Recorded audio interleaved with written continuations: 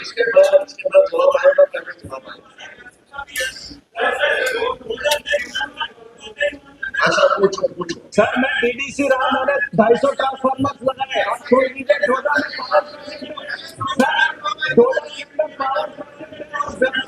होने के बाद जो सवाल 7 साल के बाद जो लोगों ने उम्मीद दिखाई दी, वहां पर भी सवालों के जवाब एडमिनिस्ट्रेशन दे रही है, सरकार नहीं दे रही।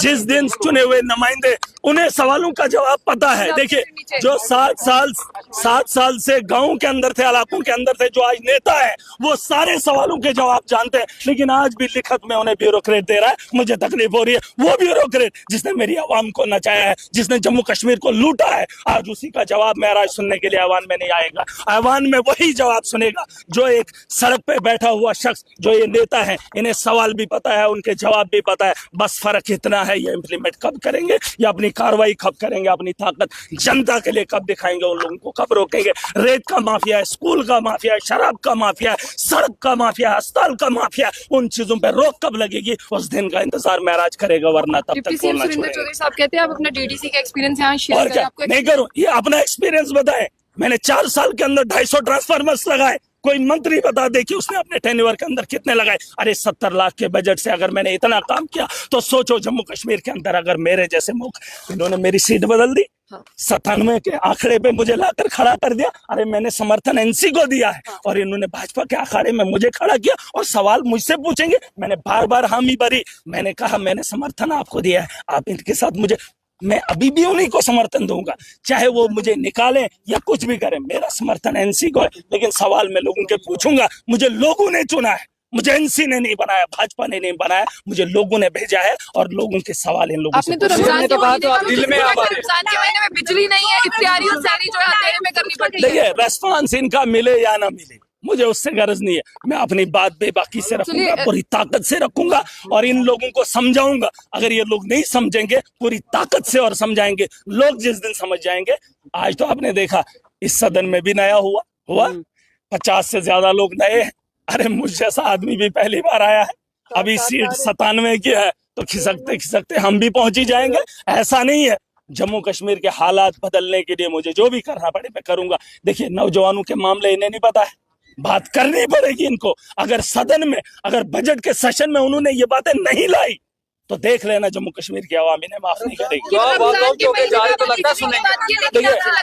बिजली मैं वही कह रहा हूँ। मैंने अपनी आवाम को साफ बताया है। आज मैं आवाम में जब भी बात करूंगा तो मैं बात रखूंगा। मैंने कहा है जम्मू कश्मीर के अंदर खास करके मेरी कॉन्स्टिट्यूंसी के लोग किराया नहीं भरेंगे। सरकार ने साफ कर दिया कि पोल अभी खिताई सनाब के अंदर नहीं है, तार अभी भी नहीं है, मेरे लोगों से किराया लिया जा रहा है। एलजी ने पिछले दिनों ऑर्डर निकालवाया, कहता किराया इकट्ठा करो, लोगों की तारें काट दो। और ये लोग कह रहे हैं कि संदर्भ में मैं हंगामा कर रहा हूँ। मेरे कितने गरीबों की इन्होंने तारें काट दी और मैं यहाँ पर हंगामा ना करूं। जो गरीब रोता है, गिड़गिड़ाता है, उसकी आवाज ना रखो। सुन लीजिए, उसकी आवाज ना उठाओ तो अपनी आवाज करो। और सुन लीजिए, मैंने अपने लोगों को कहा है किराया देना बंद करो। 200 यूनिट्स का वादा इन्होंने किया है।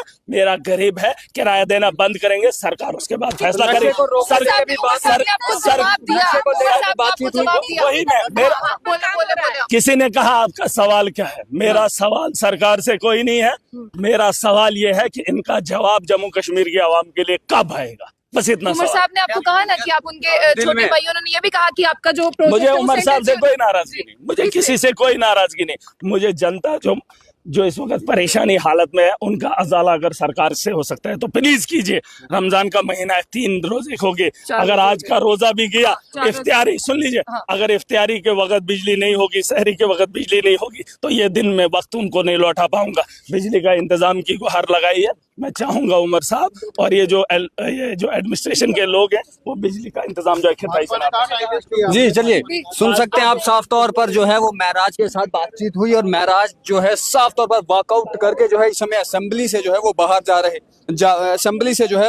रहे हैं। आपको साफ तौर पर बता दें कि सदन के अंदर जैसे ही बात शक्तिराज परिहार ने जो है वो उठाई और उसके बाद जो है महराज भी जो है उसमें कूद पड़े और उन्होंने साफ तौर पर कहा कि सिर्फ रोडों का ही नहीं बल्कि बिजली का भी वहां पर जो है वो मसला है। मैंने इतने पोल वहां पर लिए, इतने ट्रांसफर लिए, उसको लेकर जो है हंगामा हो जाता है। स्पीकर जो है उन्हें रोकने की कोशिश भी करते हैं और बाद में यह भी कहा गया भाजपा की तरफ से कि आप जो है हाउस को डिस्टर्ब कर रहे हैं। और उसके बाद जो है आनाकानी चलती रही और विवाद इतना बढ़ गया कि इस समय महराज जो है वो वॉकआउट होकर जो है वो बाहर जा रहे हैं, क्योंकि महराज का साफ तौर पर ये कहना है कि जो वो जवाब दे रहे हैं वो जवाब जनता नहीं चाहती, जनता जो है वो सोल्यूशन चाहती है और उनका जवाब बिल्कुल भी दुरुस्त नहीं है, उनका जवाब सही नहीं है। और वो आंकड़े बताते हैं जो ब्यूरोक्रेट्स उन्हें लिख कर देते हैं, और अगर ब्यूरोक्रेट्स उन्हें जो लिख कर देते हैं उस डाटा का हमें क्या करना है? आप खुद ग्राउंड पर क्यों नहीं पहुंचते? आप खुद क्यों नहीं ग्राउंड में जाकर जो है वो बताते हैं? साथ ही में नशे को लेकर भी बातचीत हुई, जिस पर जो है हेल्थ मिनिस्टर स्किनाइतू जो है वो विस्तार से बता रहे थे, हमने इतने जो है वो सेंटर्स खोले, इतने नशा मुक्त केंद्र खोले।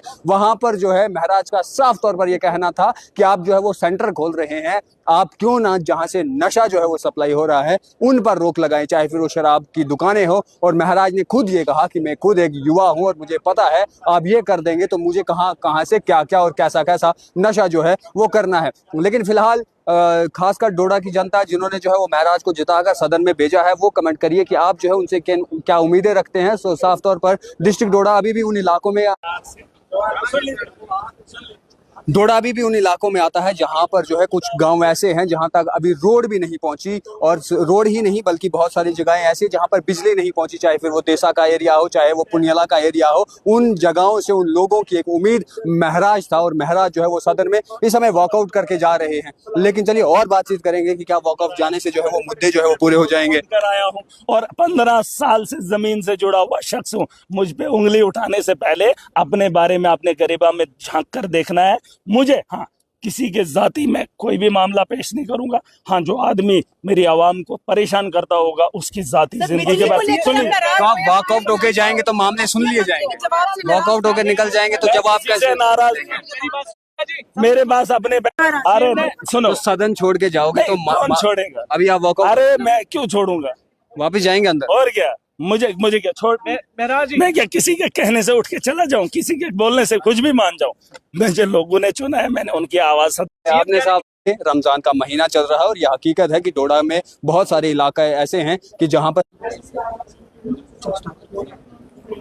ये हकीकत है कि डोडा के कुछ इलाके अभी भी ऐसे हैं जहां पर जो है वो बिजली से लोग जो है वो महरूम है, और बिजली जब आती भी है वो ना के बराबर वहां पर जो है वो बिजली रहती है, लेकिन किराए